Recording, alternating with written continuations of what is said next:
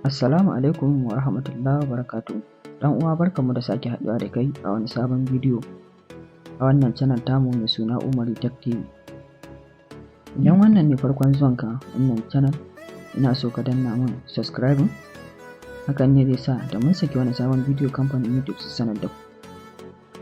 Insha Allah a yau zan nuna muku yanda za ku dinga kashe wayanku na iPhone kuma ku kunna ta ko ku mata restart, ko kuma ku kashe ta direct ba tare da ka danna wa'annan madannan guda biyu da na kashewa da na kunnawa ba a wayar iPhone. A gurguje ba tare da ɓata lokaci ba, mu shiga bidiyon. Da farko za ka je ka shiga shortcut, gashi nan all shortcut gashi nan yawa. In ka shiga cikinsa za ka ga fuskarsa kamar haka, sai ka danna inda aka yi plus ɗin can daga sama yawa, sai ka shiga create shortcut gashi nan mun shiga yawa. Bacin ka shiga ne ka shiga inda aka rubuta adding action din nan, sai ka shiga sai ka yi searching shutdown yawa, gashi nan ya fita shutdown, sai ka danna shi. Bacin ka danna shi yawa, to za mu je mu canza mai icon. Kuna kallon da yadda nake aikin ku, za mu bar shi a kalar ja misali. Za mu je mu nemo icon wanda zai yi daidai da na alamun kashe waya haka yawa.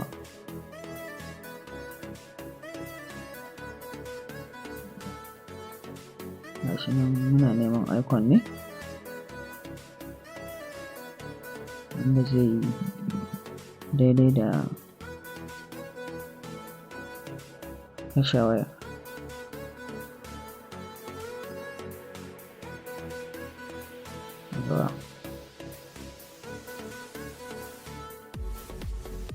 Yawa gashi mun samu yawa, sai ka danna done.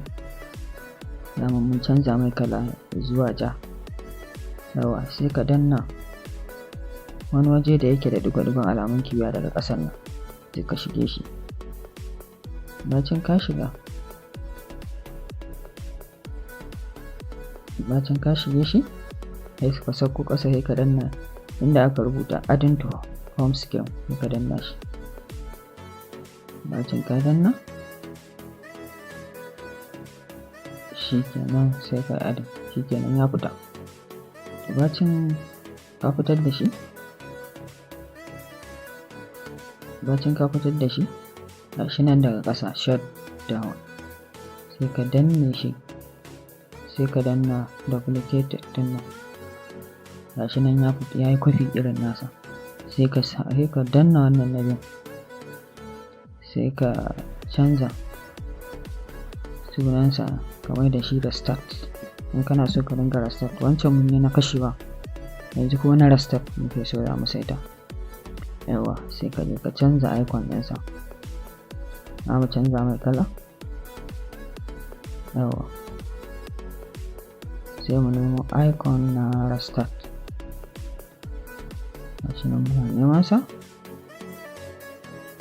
yawa. To gashi mun samu icon na restart, sai ka danna shi kenan, sai ka danna wannan alamun kibiyar daga ƙasa, ka danna shi za ka sako ƙasa inda aka rubuta adding to home screen, sai ka fitar da shi shi ma, sai ka fitar da shi yawa. Kafin nan za ka iya canza sunan, misali ga inda aka sa rename nan, sai ka canza sunan, sai ka mai da shi restart yawa. Gashi nan restart yawa, shi kenan ka mai da shi restart, sai ka yi done, shi kenan ka gama a fitar da shi da abubuwan guda biyu, shutdown da restart. Wannan hanyar za ta baka sauƙi sosai ba tare da wai sai ka danne madannanka na gefe da gefe sannan za ka kashe wayarka ba. Da wannan icons ɗin guda biyu, in dai kun lura da yadda muka aiwatar da wannan aiki, to insha Allah za ku dinga kashe wayanku za ku dinga rubutun nata direct ba tare da kun wani danna wasu madannai guda biyu ba. Kun kuka lura gashi nan mun fito da su, nan shutdown wannan kuma restart. Yawa, ina so ku danna mana liking, ku danna subscribing, hakan zai sa kamfanin YouTube da mun saki wani sabon bidiyo su sanar da ku. Na gode.